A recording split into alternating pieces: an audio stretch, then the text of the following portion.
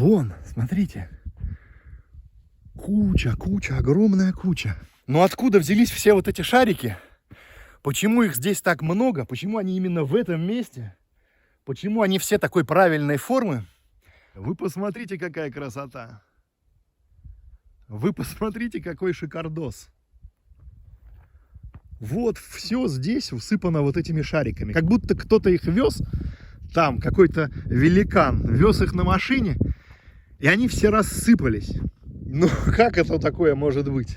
Приехал в долину шаров. Почему она называется долина шаров? Потому что это долина, и она заполнена вот такими шарами. Этих шаров здесь огромные тысячи, самых разных размеров, и всяких разных, и расколотых напополам, и каких-то чешуйчатых, и целиковых.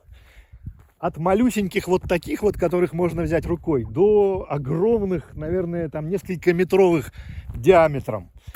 Это просто нечто невообразимое. А посмотрите, какой вид открывается вот с крайней точки, до которой мы доехали на автомобиле. Вы посмотрите на это. Это нереально. Такое ощущение, что это какая-то картина, какие-то фотообои. А особенно сейчас мы приехали сюда уже поздненько. Вон уже солнце садится, уже довольно темно. Но в закатных красках это вообще невообразимое зрелище. Надо спуститься к какому-нибудь и пощупать его. Здесь их огромное множество. Вот их вот здесь какое-то количество. А еще они вон там на горе. Вон там наверху. Как они не катятся вниз. И эти шарики лежат прямо на склоне. И вон там дальше, посмотрите, тоже. Лежат себе на склоне, никуда не катятся. Вон там шарик какой-то лежит. Но он выглядит абсолютно как бильярдный большой шар. Как будто его обработали специально. Как природа создала такие идеальные сферы? Ну реально нереально. Это просто волшебство какое-то. Вот как? Как такое получилось? Вот такая вот штука. Размером, наверное, 1,5 метра. Он слоеный. Смотрите, внутри какой-то такой прям... Очень похож на гранит материал, базальт какой-то. А потом слой еще вот такого вот.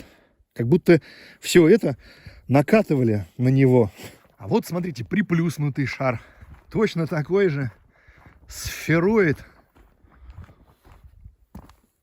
Покрытый ракушечником, а внутри у него как будто бы есть какая-то сердцевина. А вот такой вот. А? Огромная штукенция. Совершенно круглая. Есть вот такие вот ошметки от небольших. Здесь, он, видите, расколот на несколько частей. Но вот совсем маленьких нет. Я так думаю, что совсем маленькие здесь тоже были. Просто их все уже унесли на сувениры. Вон, смотрите. Куча, огромная куча. И туда дальше. Их там тоже много. Их там еще больше. Огромное количество. И вон там, вон, смотрите, туда дальше. Тоже. И там... Короче, однозначно, сюда нужно будет вернуться еще раз.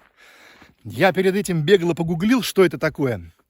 И, как написано где-то там, в Википедии, по-моему, единого мнения у ученых нет, откуда это все взялось. То есть есть разные гипотезы, думают, может быть, это произошло так, может быть, эдак. Ответа нет. Я прочитал такую красивую легенду. Легенда гласит, что когда-то давным-давно кто-то очень плохой, я, естественно, не помню, как его звали, но, в общем, плохой человек, собрал целую большущую армию и собрался идти воевать на хороших людей. А хороший человек, которого я тоже не помню, как звали, он взял и эту армию всю вот здесь превратил вот в эти камни. А здесь вот смотрите, какой интересный.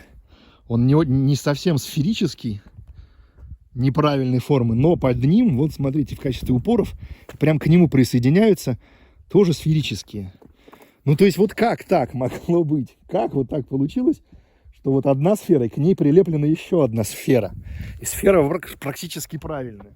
Ну, обалденно. Вот опять-таки, опять то самое место, когда мы вот там перевалили через пригорок, я все вот это увидел, и произошло вот это вот.